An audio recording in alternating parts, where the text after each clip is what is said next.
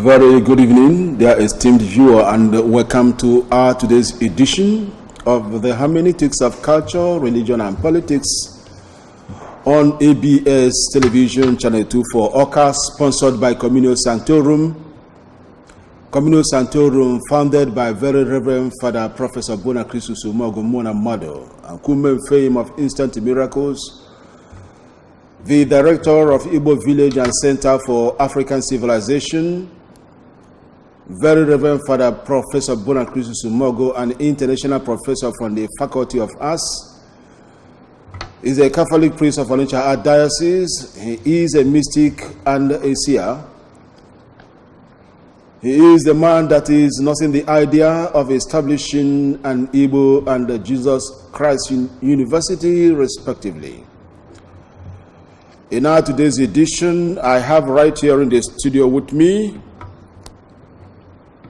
to look at today's topic, which is Kola Nut in Igbo tradition, Part 2.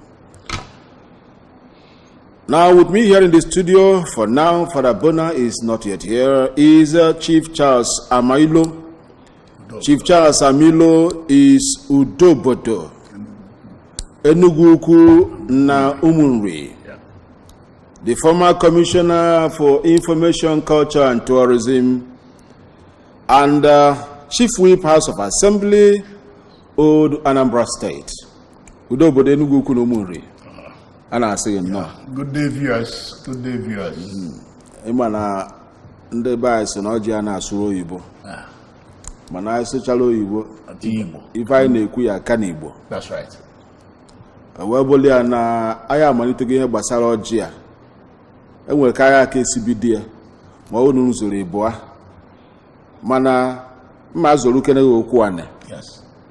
Ofu ihe nga-ajụ go site n'izoro okwu ane bụ ka etupenya ya obere azụ ihe ọjị Igbo lolo gịnị bụ ọjị na ọjị Igbo.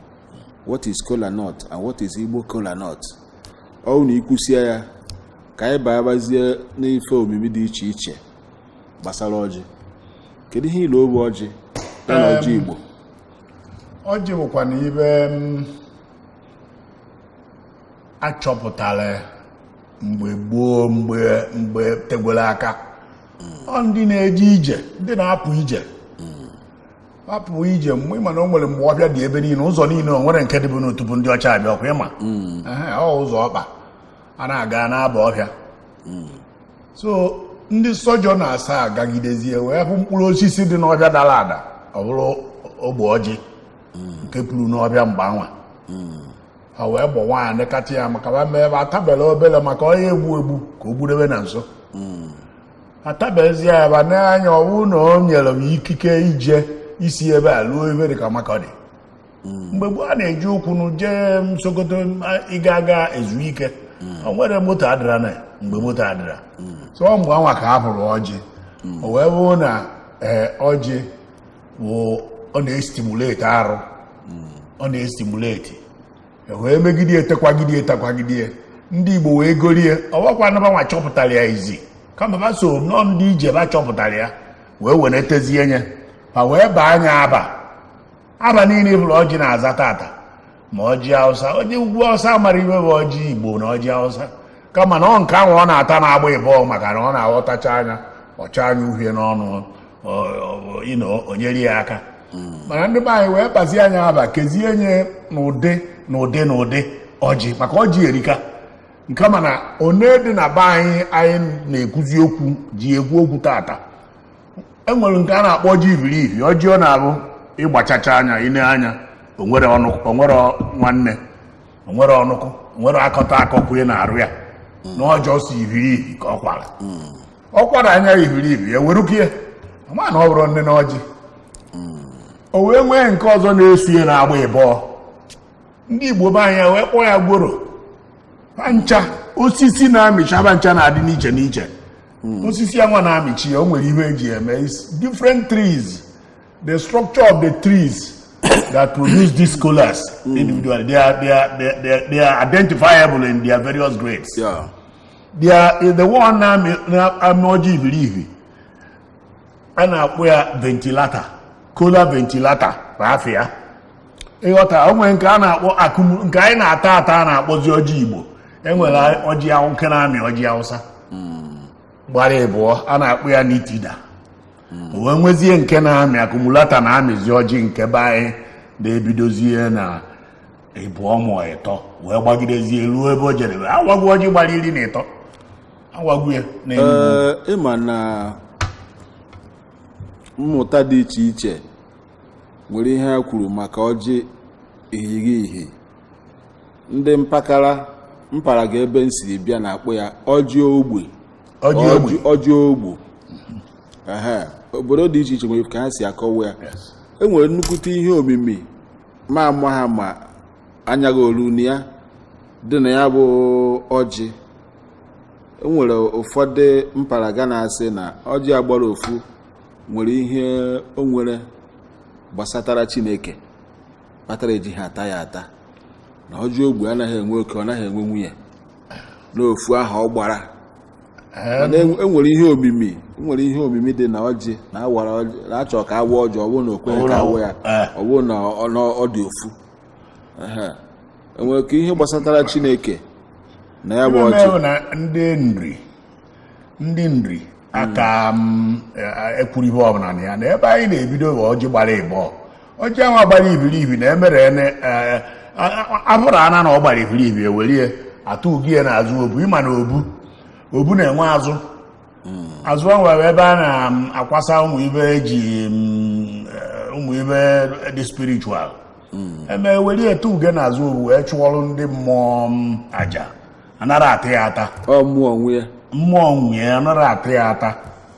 Okay, dear esteemed viewer, you are watching the Hermeneutics of Culture, Religion and Politics on ABS Television, Channel 2 for Oka. Before we continue, let's take the first message from the sponsor of this program.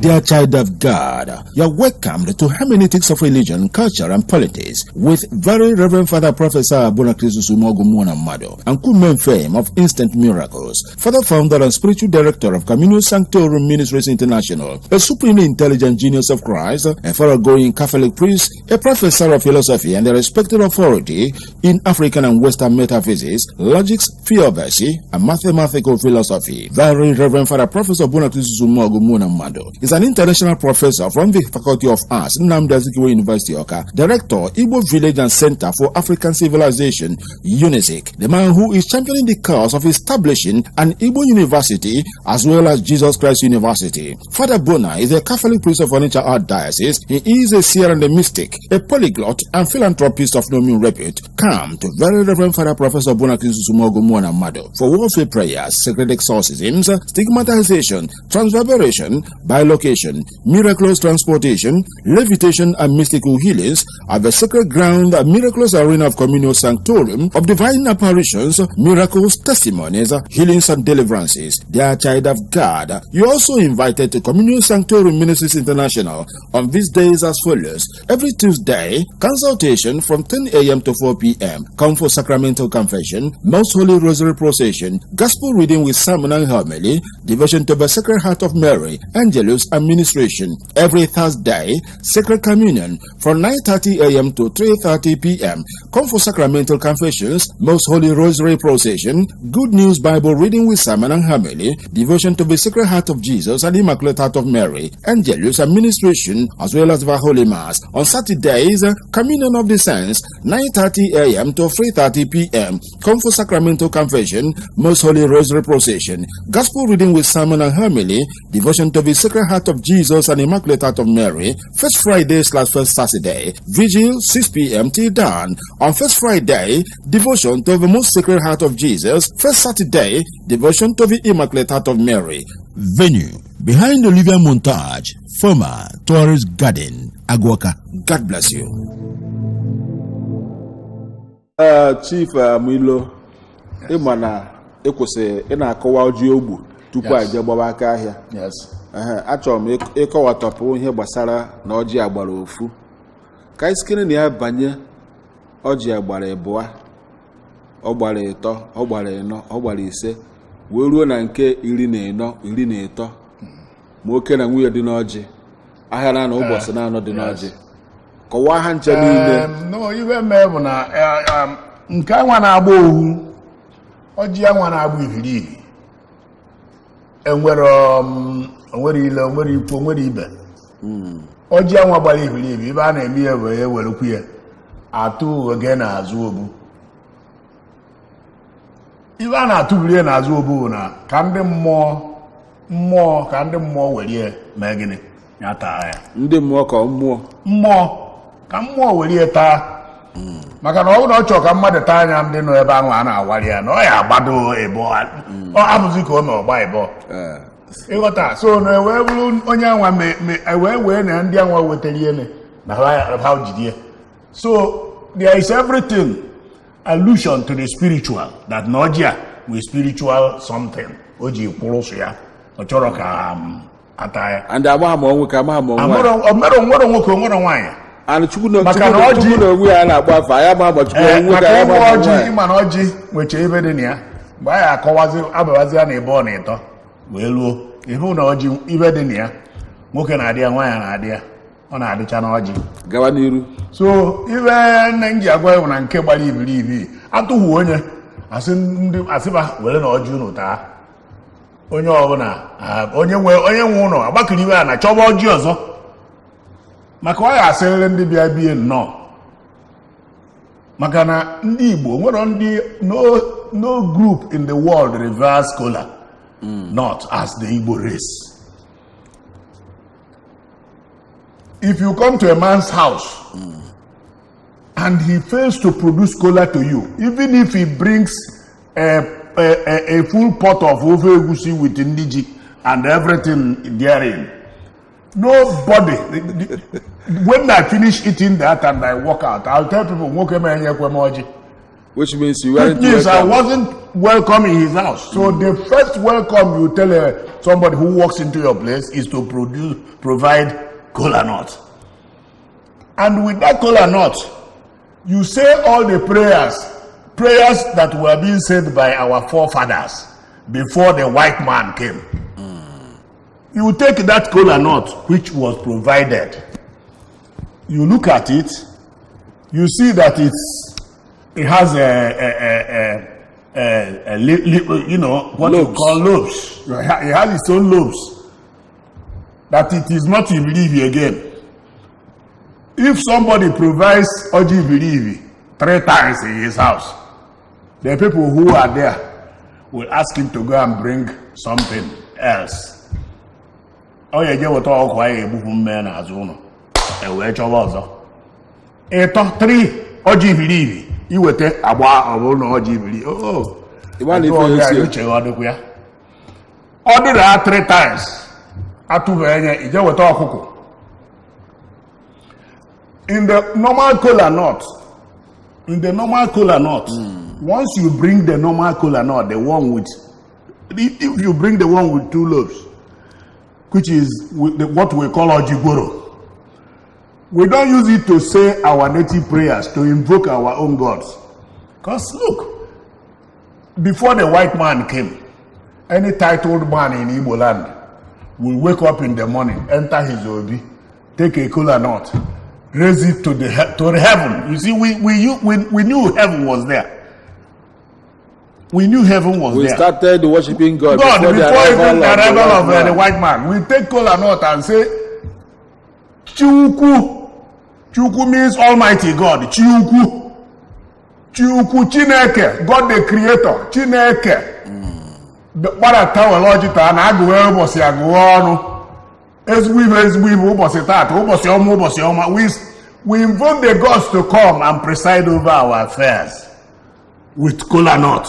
That's with hospitality, even those who you invite.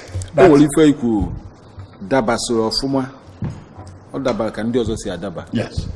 Na onye weta ọjị nke mbụ ifirifi nke bụ ifirifi nke ịtọ ifirifi ọma na ọ ya weta ọkụkọ ọ je weta ọkụ amakwa nka ndị bụ si eme ya ọ ya weta ọkụ nka ndị bụ si eme ya okwe unu phone na-akpọ ọjị ifirifi ma ọ bụ ọjị ogbi wee phone na-akpọ ịdị ya yes ọ na onye nweriri n'obodo ọhụrụ na ebe a na-akpọ ọ bụrụ na ewepụta ọjị ọgba ha ibe n'ofu ka ọ dị ọ na-eme na bunu enwere nọmba enwere akara dị n'onyonyo si ife ihe mere anyị bụ ịgbatu ụda olu TV gị ka anyị nwee ike ịghọta ihe ị na-ekwu ị na-anya na akara dị n'onyonyo 090-729-72090 nke ọzọ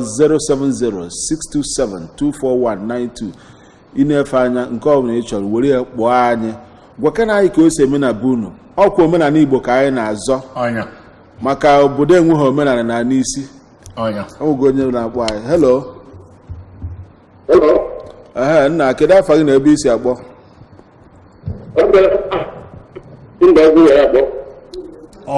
kedu afa gị Steven isi mba ukwu akpọ ngwa gaa n'iru jụọ ajụjụ Steven ọkwa na-enwe efe ndewo ibe ọzọ anyị nọ n'aka ndị igwe ahụ ọnwụ na-eweta ọjị ọgba ụzọ n'atọ na be anyị na mba akwụ ebe a ọkụkọ onye ahụ ya atọ ọjị ahụ na-awọ na ọgabara bọsị ahụ ọgọ anyị nọ n'aka ndị igwe ahụ ọgwụ ahụ ele ahụ eji eme eto ejikwa eme na be anyị na mba akwụ ebe a ya bụ udo obodo Enugu ukwu na Ụmụnri udo obodo Enugu ukwu na Ụmụnri ngwa ndewo nke ọzọ gbasara ọjị onye nke ọzọ hello so ịma na ọjị ogbu ya amaghị m o nwere ihe ọjọọ na-eso ya enwere ndị ya bụ ọwụ na mmadụ kachie ntị were mma waa ya taa ya enwe ihe nwere ike enwere na-akpọ ya hello nna kedu afa gị na ebe isi akpọ mma agha Sunday Okoye kedu ebe isi akpọ ugbo dunu ka ọfịa ngwa Sunday gaa n'iru jụọ ajụjụ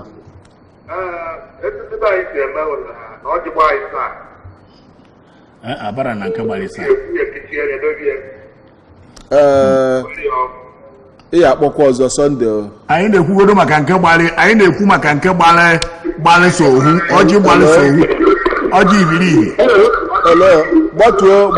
gbatuo ụdaolu TV gị gbatuo oge unu akpọ volum ụdaolu ya gbatuo ya ka anyị n'ife ị na-ekwu kedu afa gị na ebe isi akpọ kedu afa gị na ebe isi akpọ nọ nso kedu ebe isi akpọ anyị aba ngwa gaa n'iru jụọ ajụ ma ọtụtụ alụ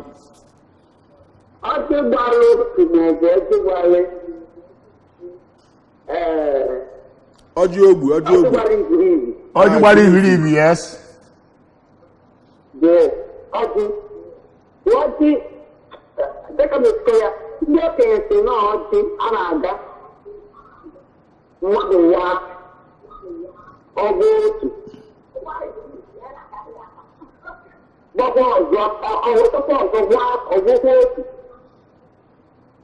ọwụtakwa ọzọ gwa ọgwụ otu na-arụ ya ga-ede na anaghị apụ apụ jee wusi ọkụkọ n'ala so ife a na-eme n'ukwu a na-eme ya n'Aba na-eme n'Enugu ukwu na-eweta ọjị ifirifi nke mbụ ifirifi nke ịbụ ifirifi nke ite ifirifi na egbukwa ya anyị egburu ya ndewo omenala Igbo ka ọ uwe bụrụ ya udo obodo ana m anụ na ọjị a nwee ihe ọ na ihe ụmụ ihe ọjọọ o nwere ike ibute ma mmadụ taa ya hello gbatuo ụdaolu TV gị nwa obere gbatuo ụdaolu TV gị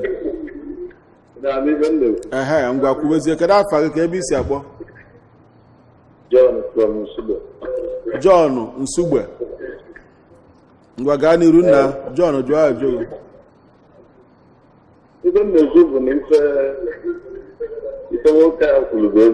udo obodo ọjị ọbụla gbara ibiribi ugboro ịtọ ọjọọ ka ọ so na aka anyị egbupụrụ ya ọbara ka e wee tụpụ ya bụ nke n'azụ ụlọ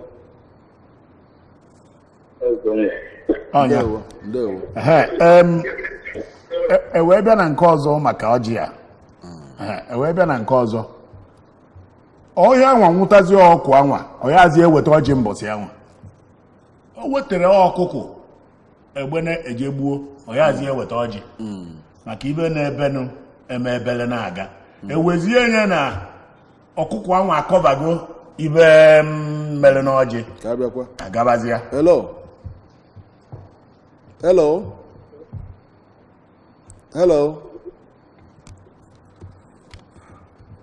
Onye aha egbusi ọkụkọ amatụzi anya ka o weta ọjị. Ha atụzi anya ka o weta ọjị mbọsị anwa maka iwe bere nke mbụ ebekwa ọzọ aka kele maka ogbuji ọkụkọ anwa wetakwa ụzọ ịtọ ọzọ ọ bụrụ na ibiri ọ bụrụ ofu ife ahụ ka na-aga ịmara nsogbu adịgo ọhịa weta ọkụ na-agba anyị so anyị na-agwabazi anya jee chọọ ọjị na ọchọgwa ọjị ewere ọkụkọ anwa bubu ọbara si ọra iti ibe mere emene iwe ọbụrụ ọjị ya bụrụ ọjị ọbụrụ ọjị ya bụrụ ọjị.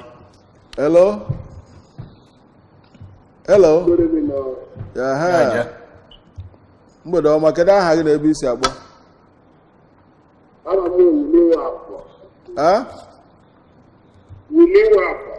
Wili Nwafọ, kedu ebe isi akpọ? Enugwu Abofuma. Ngwa gaa n'iru jụọ ajụ Wili Nwafọ. Ihe anyị na-ekwu maka ọjị gbara ibiri anyị na-eme ya na be anyị ọ na ọnwa ọjị ya gbara ibiri mmadụ ada apịa aka mana anyị ebe biri ọkụkọ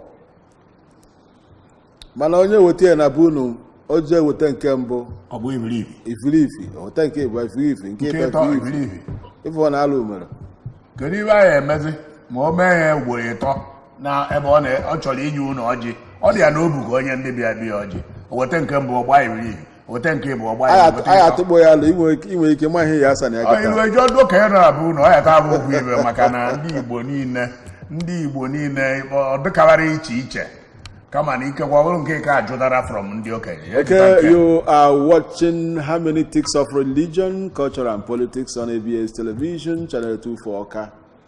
And I have with me here in studio a strong man in tradition and politics, Chief Charles Amilo Udobodenuguku and Umunri, the former Commissioner for Information, Culture and Tourism, and of course, Chief Whip House of Assembly, Old Anambra State. Hello. Can I find a BC abo?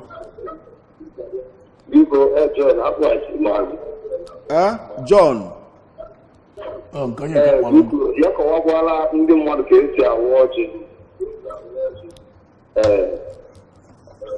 Okay. I na-abịa nwayọọ.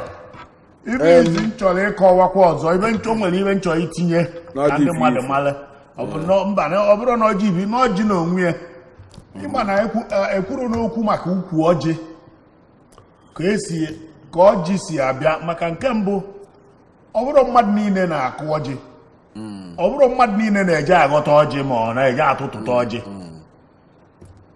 onye ọbụla bụ nwatakịrị nwaanyị. Hello. Ọ bụghị mmadụ niile na-eje aghọta ọjị ma mmadụ na-eje atụ ụtọ ọjị ebe akụrụ ọjị. Nwatakịrị nwaanyị nọ n'ụtụtụ ndụ bido na eji nke mbụ wee ruo na nke ite na-adịghị ejenwu n'ukwu ọjị tụ ụtọ ọjị ya na oge ahụ a na-ewu ya na ọka mebere eribe ọra akwụ ọka dị asọ ịghọta ọ ya eje nwụta ụtọ ọjị mana nwaanyị hụbagoro ibe na ya nsọ wee jee n'ukwu ọjị ọ tụtụchara anya wa ọjị ọmidebe ọ tụtụcha anya ọmidebe ọjị ahụ amidebe nwaanyị na-afụ nsọ ya na-afụ nsọ bidogoro fụwa nsọ jee n'ukwu ọjị tụtụ ọjị ma ọ jee ghọọ ọjị ọjị ahụ amidebe ọjị ahụ amidebe maazị amị nne ọkwa ife omimi ka ọ bụ ọmamị nne ọ ibe kpatara ndị Igbo ji wee ọjị na spiriti dị n'ọjị ka eji arụ ọrụ ana ka eji aṅụ iyi ka eji asị ndị mmadụ nnọọ and ebe ahụ ị na-asị mmadụ nnọọ iwe n'ihe nye isi ọdụmma m ibe nsi nye mere mmadụ nye emene m ekwuchie ụmụ ibe niile ihe ekwu ka Chineke gbaa osigharị na onye ya bịa anị enwere na-agba hello aha kedu afọ gị na ebe isi abụọ ana m anụ ife na-ekwu kedu afọ gị na ebe isi abụọ okwu a na-asa anya kedu ebe isi abụọ ngwa gaa n'iru okwu a na-asa anya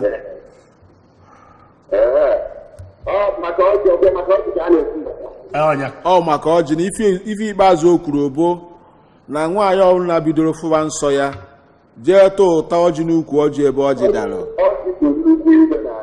ọjị ama mizikwa ọzọ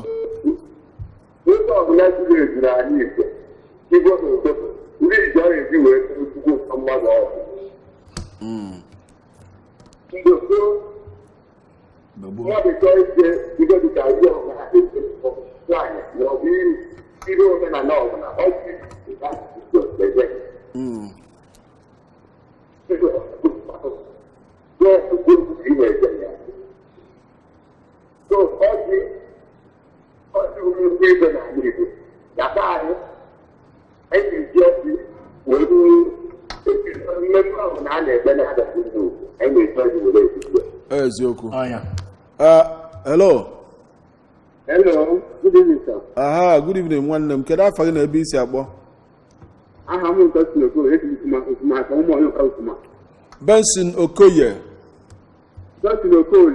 Okoye Johnson Okoye onye Ufuma onye ụmụ onye ụka Ufuma okay ngwa jụọ ajụ Johnson maka ọjị ka ị na-ekwu okwu ya ọjị ọbụla gbara hirihiri ebe anyị aha atụ ya ọjị be anyị nwere nsọ nwaanyị na-afụ nsọ anaghị aga n'ukwu ọjị na be anyị n'Ufuma ojekwe nnukwu ọjị tụtụ ọjị ojekwe nnukwu ọjị tụtụ ọjị ka efe ya emenu oje bụgo nsọ ọjị ahịa na ọjị ha ma nnukwu ọjị ọzọ akwụkwọ ya bụ na ife dị n'ọjị a dị egwu obere nwa na-aga n'ukwu ọjị obere nwa ahịtete ma ọ bụ ahịtetọ ọ gaa n'ukwu ọjị ọrụ ihe na-enu ma ọtụtụ ya nwee ike ọjị ihe ma ọjị ya na-amịrị onwe ya wee bụrụ ya ndị Igbo o nwere tupu wee si na nọọ ndị ọcha wetara anyị ụka ọ bụrụ ndị ọcha ụka jidere be anyị gburugburu nna nna anyị ha ma ahịa na-atụ ụka tupu ndị ọcha weta ụka na-atọ ọjị tupu ndị ọcha tupu ihe niile ebido fa na-agụ ọjị fa na-akọchibutere ụwa tupu okike onye ọjị ahụ n'elu na-agụ ọkpọ fa na-akụ ya bụ ọkpọ ma na-ekpe ka ha na-ekpe ihe ahụ oge ahụ tupu ndị ụka bata na be anyị mara Chineke masịkwe Chineke ike amụla emesikwa na anyị na-emaga ife gbasara ụka anya ọ na-adị nke anyị na-eje ụka ọfụma tupu ndị ụka abịa maka ife anyị na-akpọ Chineke Chukwu oke abịa ma ịkpọgodi Chi ukwu God Almighty Chukwu ịkpọ ya Chineke Chukwu okike Chineke means God the Creator amaọkwa mma ife gbasara ọjị a anyị ekwu ugboro ịtọ ka ugboro ịnọ tupu anyị o tekwela aka ọjị tere aka gekwentị ebe ọ nọ bụ na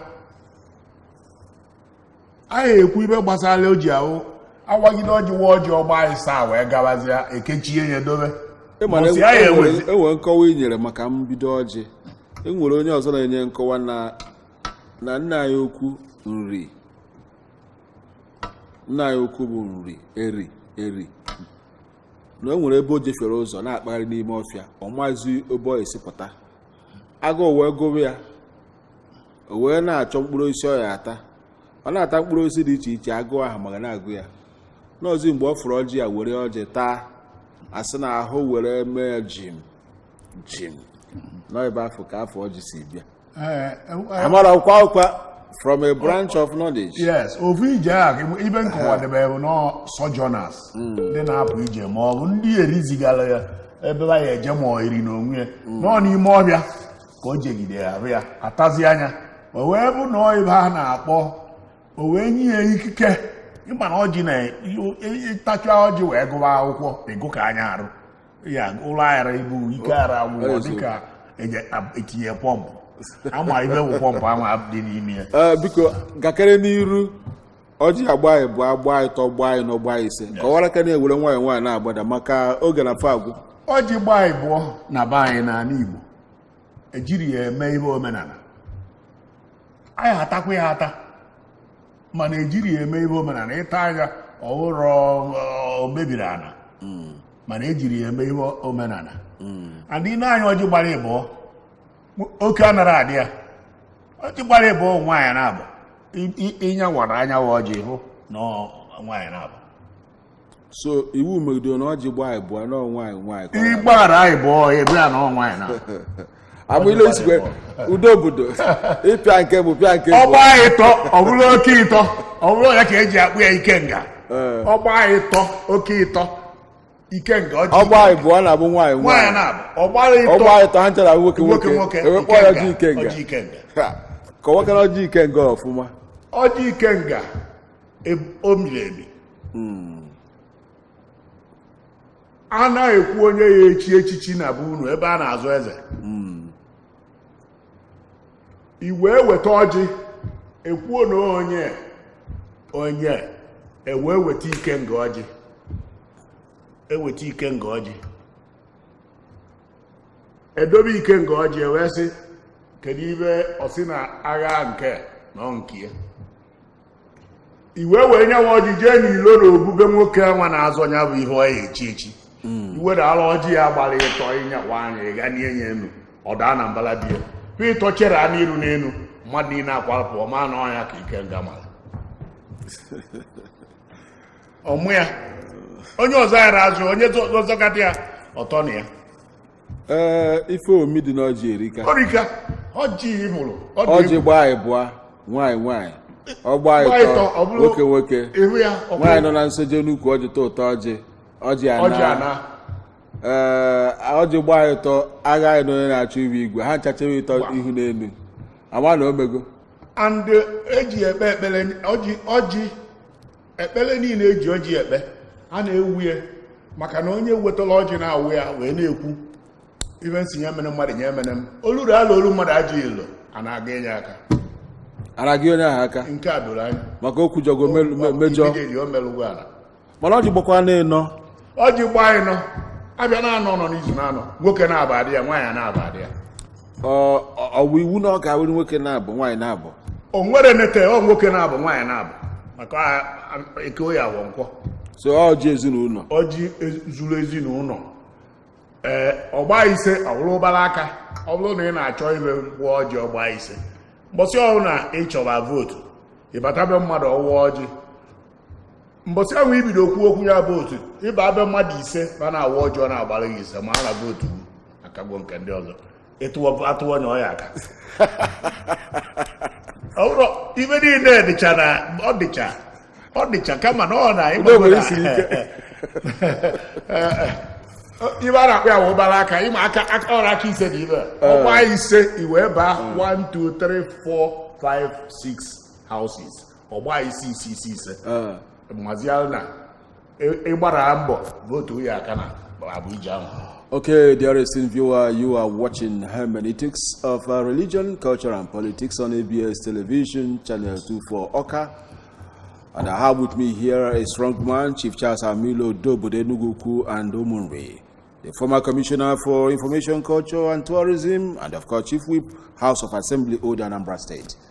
Let's take another message from the sponsor of this program.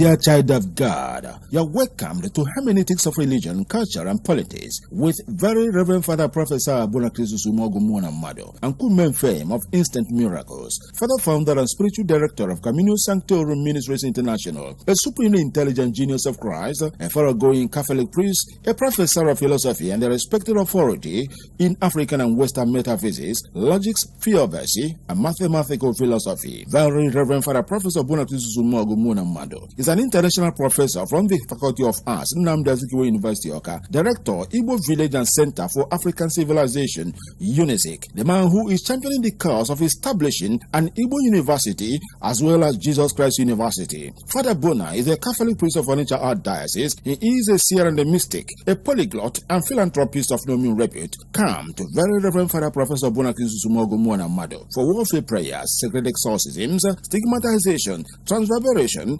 bilocation, miraculous transportation, levitation, and mystical healings at the sacred ground, miraculous arena of COMMUNIO SANCTORUM of divine apparitions, miracles, testimonies, healings, and deliverances. Dear child of God, you are also invited to COMMUNIO SANCTORUM Ministries International on these days as follows. Every Tuesday, consultation from 10 a.m. to 4 p.m. Come for sacramental confession, Most Holy Rosary Procession, Gospel reading with sermon and homily, devotion to the Sacred Heart of Mary, Angelus administration. Every Thursday, Sacred Communion from 9:30 a.m. to 3:30 p.m. Come for sacramental confessions, Most Holy Rosary Procession, Good News Bible reading with sermon and homily, devotion to the Sacred Heart of Jesus and Immaculate Heart of Mary, Angelus administration, as well as the Holy Mass. On Saturdays, Communion of the Saints, 9:30 a.m. to 3:30 p.m. Come for sacramental confession, Most Holy Rosary Procession, Gospel reading with sermon and homily, devotion to the Sacred Heart of Jesus and Immaculate Heart of Mary.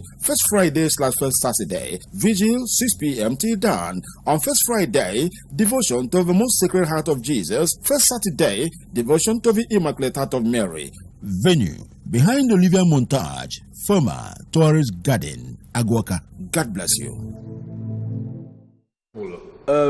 Chief Charles Amilo is doing a lot of justice to Igbo Kola North this evening on ABS Television, Channel 2 Dear esteemed viewer, if you want to make a call in English or Igbo language, ask some questions, that is well welcomed, and the numbers are clearly written there on the screen: 090720 729 72090, 090-729-72090. The other one is 070-627-24192.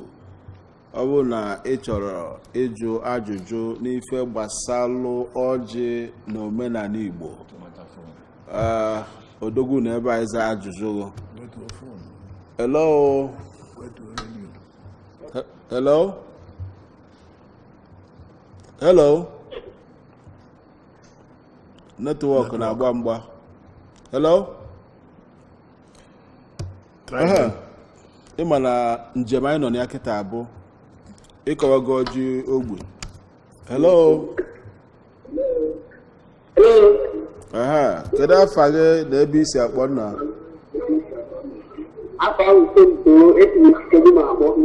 Sonto Diftedunu. Ngwa jụọ ajụ Sonto.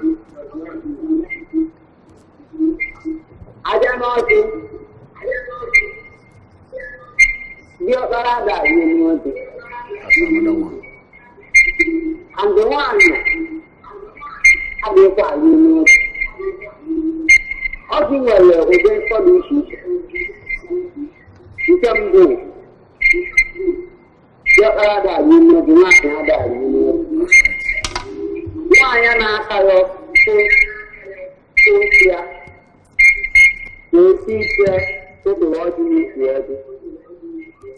but why have you go to bank shop? Tell me to go to bed. I have to tell me. My phone. So to on naga mulogo. Udobodo. Some to us na nwoke rie enu oje nsọ, nwaanyị rie enu oje nsọ. Mba, abụrụ nwoke niile. Nwoke ọ na ụdị ọbara na ụfọdụ ọnụkụ na Igbo anyị na nke ndị nri. Ọ dịkabere ọ na nri klan. Mana o nwere ndị ọnụkụ dị na beba na onye ọ na ụdị ọbara rie enu ọjị. Ọjị a kwụsị ime. Ọ na nwaanyị a na-abụ nsọrị anya ụna.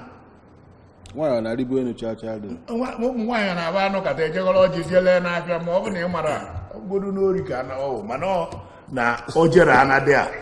Ewu onye ọzọ na-akpa. Ọjị mi debere ajụwa ụmụ nwaanyị ojere. Hello. Hello. Kedu afọ gị? Johnson.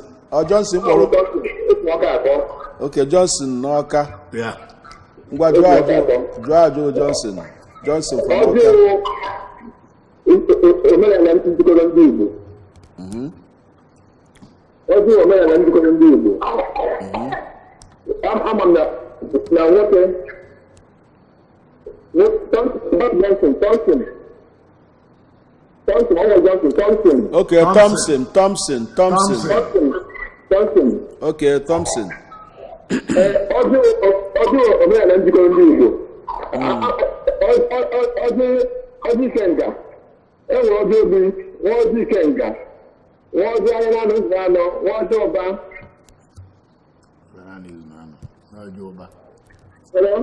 Anyị ejesigo ebe ndị agha. Daalụ Thompson from Oka. O nwere ofu ife ọzọ m chọrọ ikwu maka ọjị ahụ. O nwere ofu ife ọzọ. Ndị gboo maka na-ewe na ọjị na-ewere ihe edo nsọ. Ịma na o nwere abịago m TV ebe m bịa kwu maka ịkpọ ji. Ka amakarịfọ ya na-ekwu. Hello. Onye na-akpọ? Uhuruchi ọma nwanne mmadụ. Kedu afa gị na ebe isi akpọ? Onye? Chukwuemeka from Nnewi. Nna ngwaju ajụghị. Ngwa gaa n'iru.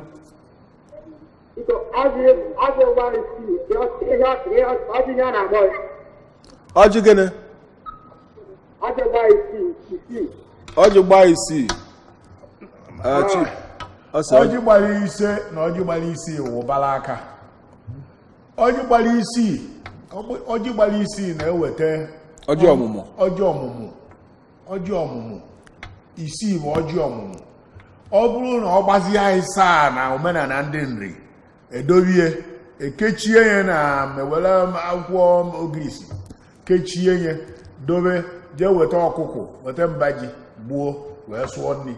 Ọ bụrụ na o mere ibe na ọ aṅụrị na o gosiri ụba na onye ahụ bidozie o nwere nke gbara 13 o gburu ehi onye nke gbara 13 I think you've addressed the ogbuo ehi. Okay. Hello. Can I forget? Lost him. Na onye nke gbara o nwere onye nke gbara 13 ọ wagidela ọjị ọ na-apụta ihe a anọkata ọpụta ebe dị ka akwụkwọ dị n'etiti mkpụrụ ibe a na-akpọ ụkpa walnut a na-akpọ ụkpa ine n'etiti ihe abụ ibe dị ka akwụkwọ epuru ọfụma ọpụta bụ ya mana ọ imere anyị ọpụta ya gosi na ọ ile ọjị iwe megide aghasị ya na ọbụla 13. Oh, na akpọ. Hello. Nna kedu afa gị? Uhuruchi ọma. Kedu aha gị na ebe isi akpọ? Emeka Nnewi. Yes. Ngwa jụọ ajụ Emeka. Ajụjụ ọla nwere ọhụrụ ikele ụnụ na Tunuchi ewulite okwu omenala anyị maka ọrụ a na-ekwu maka ọjị ụmụazị ga-eji na-agbara bọọlụ.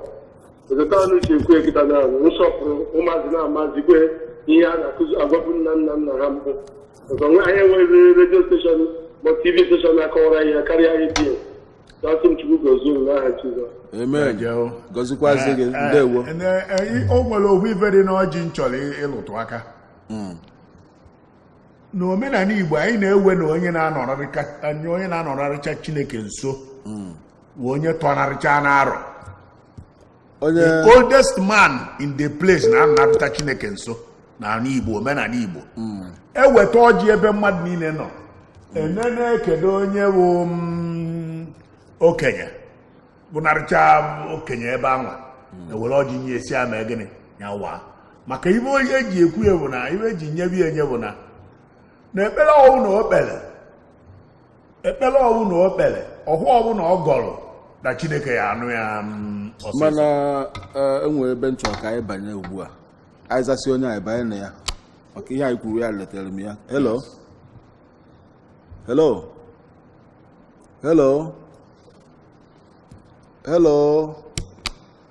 Enwere jụrụ ajụ kedu ka esi agwa ọjị? Ọ bụrụ na mena na bụ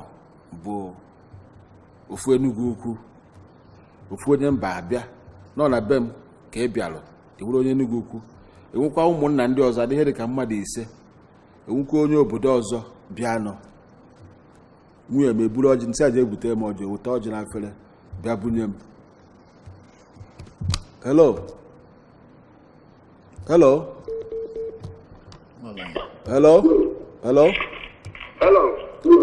Kedu afọ gị na-ebi Ndụbụisi ka ebe isi akpọ? Esi m Ọka akpọ. Ngwa Ndụbụisi jụọ ajụ Ndụbụisi from Ọka. Asị m ka nke na ọnụ na program na program na ọnwa and ọ na-emepete ụmụ ọgbara ọhụrụ ọ na-emepete anyị anya ọfụma. Ndewo. Na-akụziri anyị ọtụtụ ihe gbasara ọjị. Wee na-ajụ na ọjị a na-ekwu na mgbe gboo a na-elede ọjị ele. Mgbe gboo na-akọwapụtara na ọjị bụ nnukwu ihe dị precious na anyị bụ anyị Igbo. Mgbe gboo a na-ele ọjị ele.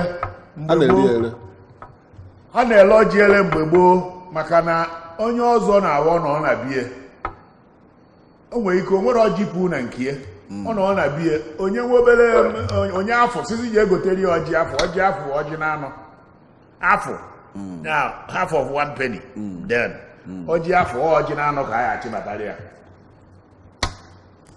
A na-eri ọjị eri a na-ere ya ere eji ọjị eme ekpere ụzọ ihe ka commercial purposes prayer and it serves as food and also eji aṅụ iyi.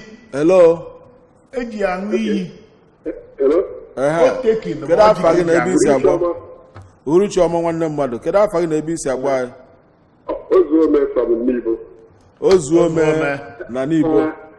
O nwere ihe gbagharị na mpaghara anyị. Ise. Ọ bụrụ na onye ndị ise nọ n'ebe awa na ọjị ọgba ise ọ chere ya iji eweta ọjị ọzọ ka ihe kpatara ya. Nke oyibe mee na be ọ dịrọ na be anyị ọjị gbaa ise ọ bụrụ ụbara aka. Ọjị gbaa ise na be anyị ọ ụbara aka ichini ebe aka gị enu ego onye ọnụ ọ ise ka ọ dị.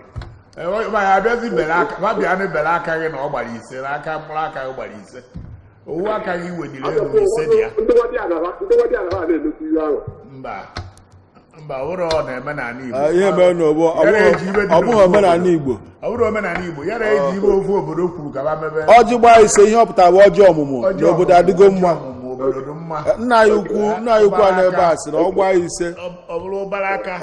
Ije ihe dị ka ebe ịtọ ma ịnọ ma ise ọjị na-awere ebe ahụ ọ na-agba ise ịma na ya bụ iji ị na-eje n'ihi asụkọ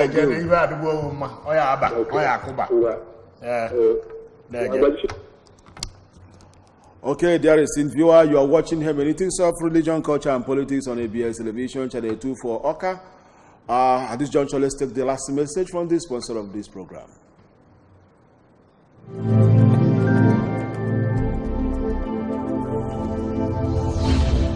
Dear child of God, you are welcomed to Hermeneutics of Religion, Culture and Politics with Very Reverend Father Professor Bonakrisusum Mado and Kumen Fame of Instant Miracles, Father Founder and Spiritual Director of COMMUNIO SANCTORUM Ministries International, a supremely intelligent genius of Christ, a thoroughgoing Catholic priest, a professor of philosophy and a respected authority in African and Western metaphysics, logics, theodicy, and mathematical philosophy. Very Reverend Father Professor Bonakrisusum Mado is an international professor from the Faculty of Arts, Nnamdi Azikiwe University, Oka, Director, Igbo Village and Center for African Civilization, UNISIC, the man who is championing the cause of establishing an Igbo University as well as Jesus Christ University. Father Bona is a Catholic priest of Onitsha Archdiocese. He is a seer and a mystic, a polyglot and philanthropist of no mean repute. Come to Very Reverend Father Professor Bonakrisusum Mado for warfare prayers, sacred exorcisms, stigmatization, transverbation, bilocation,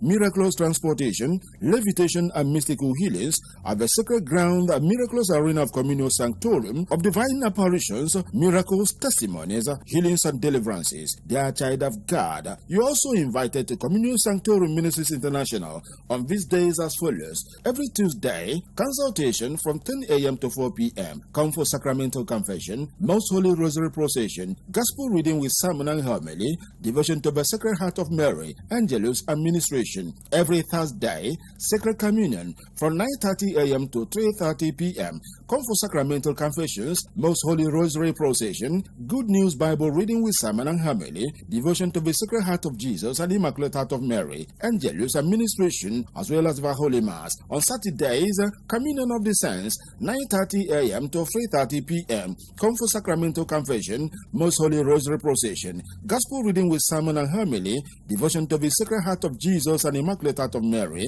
First Friday/First Saturday, Vigil 6 p.m. till dawn. On First Friday, devotion to the Most Sacred Heart of Jesus. First Saturday, devotion to the Immaculate Heart of Mary. Venue, behind Olivia Montage, former Tourist Garden, Agwaka. God bless you. Okay, Chief, just in a minute or below 1 minute. Kedu ihe na-agwa ndị baya maka ọjị n'omenala Igbo? Biko ọjị bụ nnukwu ibe ndị nna nna anyị ba wetara ihe wee nye anyị. Enye anyị ya mgbe ndị ọcha bịara ba na-ekwuru anya bụ na ya bụ ọjị miri emi kpata bụ ejiro wee so n'ihe anyị asị si emezina. Ekwuru ya kama na ilugodu n'ụlọ ụka tata anyị eme ibe siri ike ọgwodu bishọp ya abịa ụrụ onye ọbụla asị bute ọjị ebute ọjị ewerie kpekwa ekpere ebe ahụ tie na nke ekpere ekpe so na anyị ga-ejisi n'ike werie na-asọpụrụ ọdịnala be anyị. Okay, thank you. It is on this note, dear esteemed viewer, that we are drawing the curtain in today's edition of the Hermeneutics of Religion, Culture and Politics. Jude Mascot, the presenter of this program, saying thank you immensely for being part of it. Thank you very much. Thank you very much. Thank you for this nice program. It's good. Very educative.